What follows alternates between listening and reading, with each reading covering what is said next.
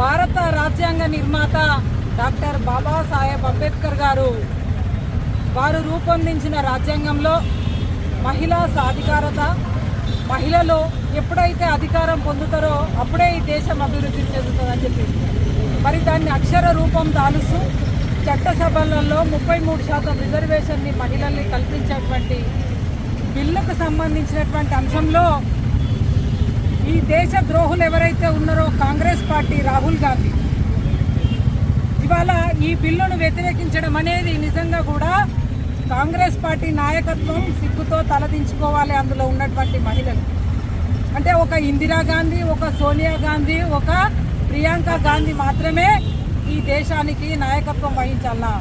బడుగు బలహీన వర్గాల బిడ్డలు ఈ దేశంలో నాయకత్వం వహించడానికి వీల్లేదా? సమాధానం చెప్పాల్సినటువంటి అవసరం రాహుల్ గాంధీ పైన ఉన్నది ఇవాళ. ఎందుకంటే ఇవాళ నరేంద్ర మోదీ గారు తీసుకున్నటువంటి నిర్ణయాన్ని దేశ ప్రజలు, ముఖ్యంగా ఆడబిడ్డలు, ఈ దేశం భారతదేశం స్త్రీమూర్తిని గౌరవించుకునే దేశం. ఇలా చట్టసభలలో అడుగు పెట్టాలి, ఆడబిడ్డలు నిర్ణయం చేసే చోట అధికారం ఇవాళ వాళ్ళకి ఇవ్వాలని సంకల్పంతో ముందుకెళ్తే ఇవాళ దీన్ని అడ్డుకున్నటువంటి కాంగ్రెస్ పార్టీ ఖచ్చితంగా నేను చెప్తా ఉన్నాను, మహిళా ఆగ్రహానికి కాంగ్రెస్ పార్టీ కూడికాక తప్పదు అని చెప్పి హెచ్చరిస్తా ఉన్నా. ఇలా ఏ మొహం పెట్టుకొని వస్తారు ఓట్ల కోసం, ఇవాళ ఆడబిడ్డల ఓట్ల కోసం. కాబట్టి నేను మహిళలందరినీ కూడా వేడుకుంటా ఉన్నాను, దయచేసి మహిళలారా మేల్కోండి. ఇప్పటికైనా ఎవరు ఆడబిడ్డలకి, మహిళలకి ద్రోహం చేస్తున్నది ఏ పార్టీ? మహిళల్ని అందలం ఎక్కించాలనుకున్నది ఏ పార్టీ? ఒక్కసారి మీరంతా కూడా గుర్తుపెట్టుకొని రేపు కర్రు కాల్చి వాత పెట్టాల్సినటువంటి అక్కర ఉంది కాంగ్రెస్ పార్టీ నాయకులకు. ఇలా ఇక్కడ నిరసన కార్యక్రమం చెప్తా ఉంటే ఇవాళ ఒక్క మహిళా పోలీసు కూడా లేదు.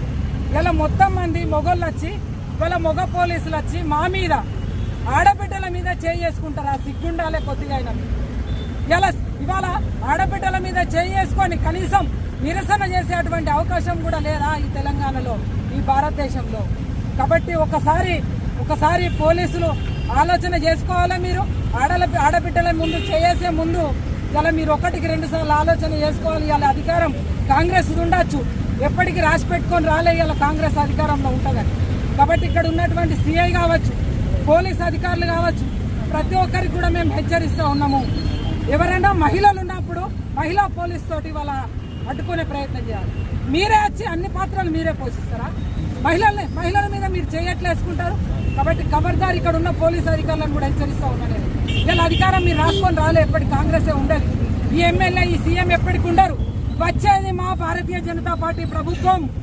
ఖచ్చితంగా మీకు బుద్ధి చెప్పేటువంటి రోజులు దగ్గరలోనే ఉన్నాయని చెప్పి సందర్భంగా హెచ్చరిస్తూ ఈ బిల్లును వ్యతిరేకించినటువంటి కాంగ్రెస్ పార్టీని భూపోతరేస్తాం మహిళా లోకం అని చెప్పి ఈ సందర్భంగా హెచ్చరిస్తా ఉన్నాం. భారత్ మాతాకి అరే ఇష్టం వచ్చినట్టు మహిళా పోలీసు ఇంట్లో లాడోళ్ళు లేరా? ఇష్టం వచ్చినట్టు చేస్తున్నటువంటి పోలీస్